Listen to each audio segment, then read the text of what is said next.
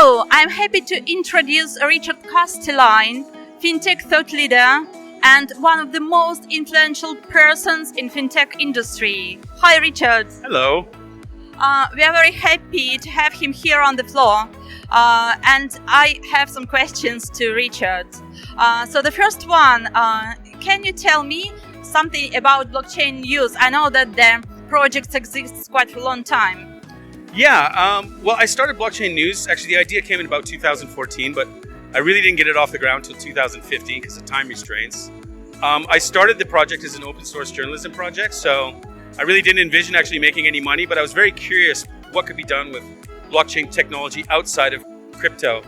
And everybody else was writing about crypto and blockchain in one place. So I really thought, what else can we do with this? So that was the reasons for the beginning, was to explore what we could do with blockchain outside of just Bitcoin itself. And then suddenly things took off. I mean, 2016, 2017, the ICO era, the whole paradigm shift in fundraising and startups, and exploded through the gates. And then next thing I knew, I was getting involved in helping raise funds and doing marketing and PR for various projects that were raising money. So, well, sounds very good.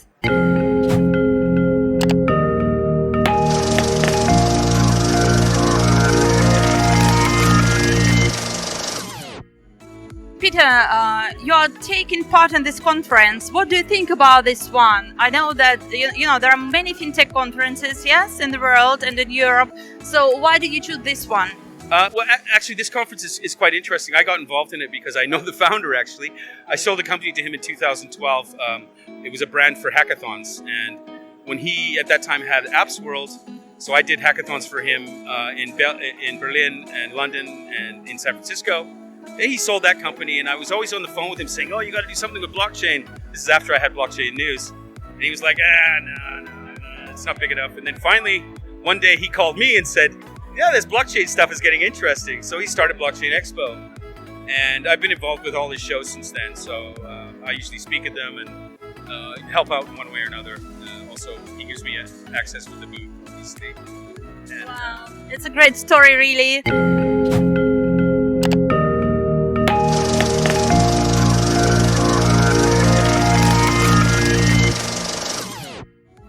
What is the best implementation of blockchain? I mean, what sector? Is it financial services, or maybe logistics, or retail? Right now, I have to say supply chain for sure. I mean, Walmart forced, because they had an E. coli outbreak last year with spinach and romaine lettuce, they basically forced all their spinach and romaine and lettuce suppliers on the blockchain in February this year.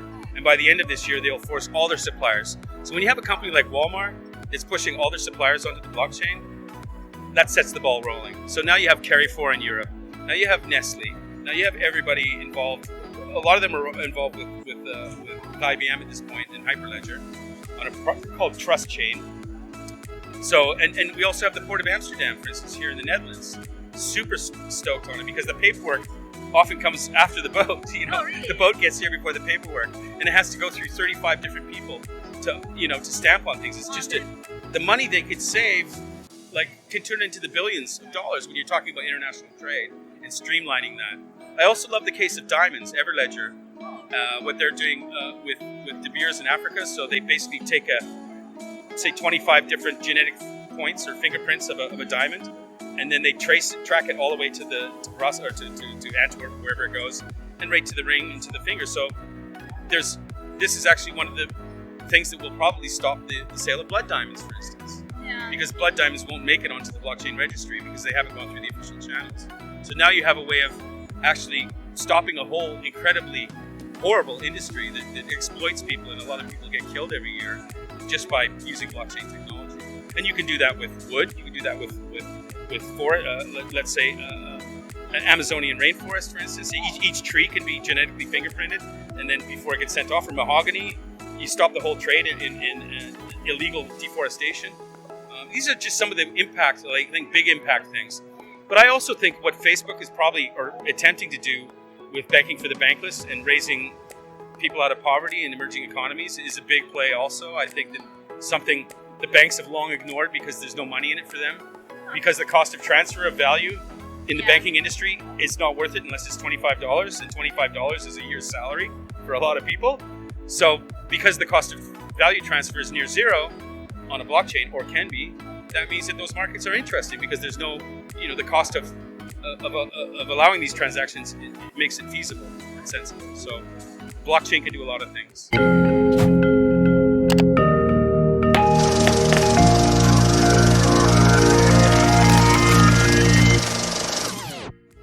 So, what do you think about cooperation between banks and fintech companies?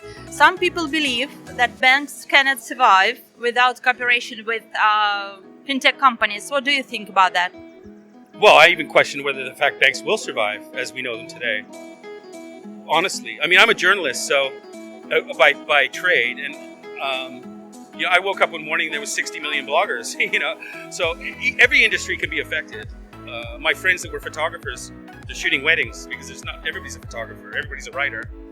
Well, there's no reason why everybody can't be a banker either, or let's say take control of their money in a different way, without the need for these intermediaries to actually control, or let's say create the scarcity, because that's in effect what central banks do. If you read any books by Dr. Bernard Lettier, The Future of Money, or anything like that, you see it's just a game in scarcity, and scarcity is what causes poverty, especially in emerging economies. There's no reason why we need to live like this on this planet. So I am pretty bullish when it comes down to disruption of the financial industry. And honestly, I don't feel that much sorrow because I think that there are other people in society that are quite important. Whether that be teachers who offer significantly more, let's say, value to their communities than bankers do. Sorry, banks.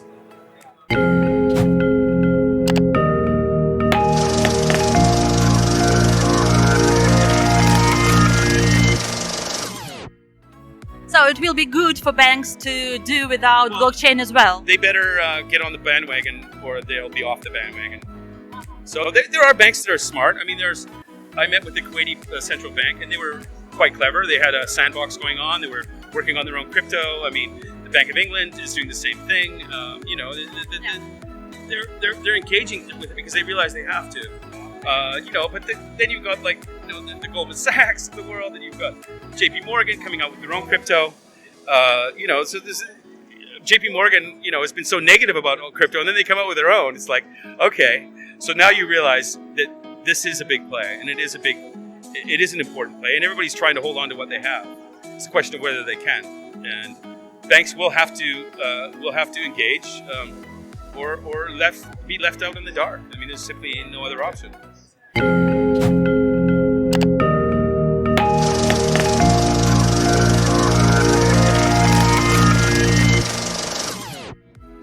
Yes, we really wanted to ask this question about JP Morgan coins. What do you think about this?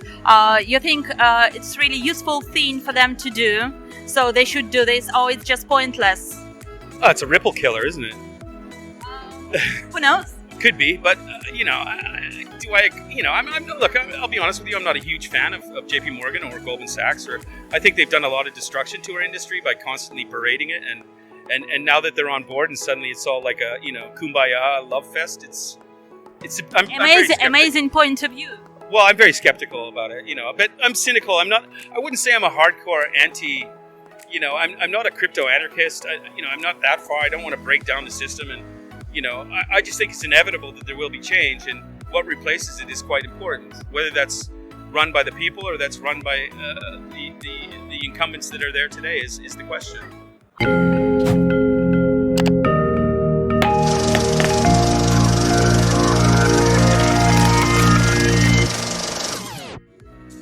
But do you think it's a bit strange that at first JP Morgan was very critical to cryptocurrency, and now they're going to create their own coins? No, because they were benefiting from that. Every time they open their mouth, well, there's some great videos on it if you want to search on YouTube that actually show that companies like Goldman Sachs and JP Morgan were buying through well-known accounts that are in their control after statements that were being made by their leaders. Now, some people that's conspiracy, blah blah blah, but you take it as you will. Nothing would surprise me with some of the Wall Street guys and what they'll pull off. But am I surprised? No. Am I shocked? No. I'm just, as I said, I'm more cynical than anything.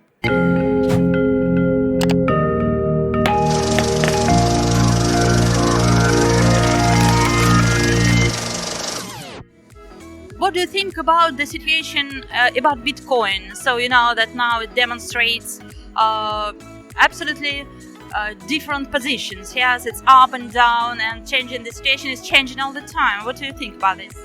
Volatility is part of the game. So, what do I think? The whole thing is nuts. I just try not to watch it every day because it goes up and down like a yo-yo, and there's so many people messing with it because it isn't regulated. People talk about total free markets and everything. That's fine and lovely, and to a certain extent, it's interesting. But three things that people don't talk about with Bitcoin, especially Bitcoin fanatics. One, it is centralized. There's only a small group of people that control the intellectual property and what direction the technology is going, and those people have proven to be largely influenced by, the second group of centralized people, the miners, the Chinese miners in particular. So there's two centralization issues there that are problematic. They even talked about forking Bitcoin at one point because, anyway.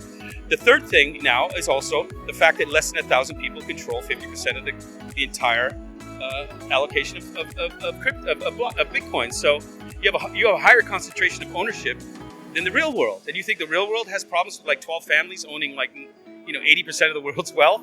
Well, the crypto world is even worse, right? So you have and these people that have a lot of Bitcoin also have the ability to really manipulate the markets as they see fit. So when you see volatility, it's people playing games, and because there's no regulatory oversight or anything, it's just the Wild West. And in some way, hey, that's the way markets work, right? No government oversight, fine.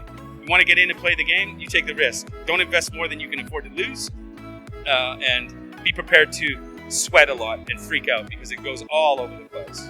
The volatility is not good for using Bitcoin as a currency either.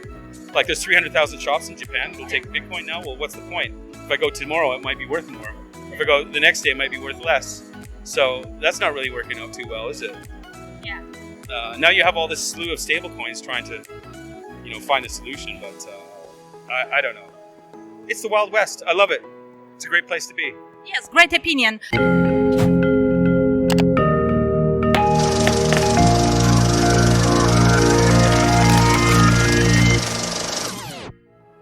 And we have another question for you, quite important for us. What do you think about implementation of blockchain in Africa? So now many companies look this side, trying to understand how they can help Africa, what they can do there. So what do you think about that? Well, interesting you point that out, but one of the first projects that I worked on was called Humanic, which was the first humanitarian project, really, or semi-humanitarian. And it was banking for the bankless. So I actually went to Kenya, and I spoke at a conference there, but I also did some research in Kibera, which is Africa's largest slum, and I went there and I found some parties. And the idea was, let's bring banking to the bankless, which is a lot like what Facebook wants to do right now in their white paper, if you take the chance to read the Libra white paper. But I think it's crazy. I think that we have the opportunity to bring people out of poverty, and it's ridiculous that people live in poverty at this day and age anyway. It's just fictitious BS, it doesnment have to be this way, so why should it be this way? Blockchain can solve a lot of those problems. Blockchain can also solve problems with land rights, like in Ghana. What do they call it? I can't remember. Bitland? They're called Bitland. They basically been working with the Ghanese government to take the land rights that are in confusion. They're all in drawers, in government offices and pieces of paper. And they're putting it all on the blockchain, and they're even giving nomadic tribes and stuff rights to land. And once you have actually official rights to land, then you can go to the bank and borrow against it. You can start creating businesses. You can start putting money into the economy. This is one of the great things that blockchain can do in Africa that a lot of people don't talk about, is sort out some of these land issues and lands and rights issues. People have been living on this land for 5 generations and they have no rights to it. That's what the government of Ghana is trying to solve, is problems like that. Okay, well, you've been living there for 5 generations. Okay, well, you have the right to that land. We'll give you the title to it. Okay, the title's not on a piece of paper in some corrupt minister's desk. It's actually on the blockchain, so it will be yours. It's yours. It's proven. And when you sell that, you pass it on, and it'll be recorded on the blockchain. So it's actually a great way of reducing the main issues with corruption, which is hugely endemic in the emerging economies in Africa and South America, in Asia. Thank you very much. Thank you.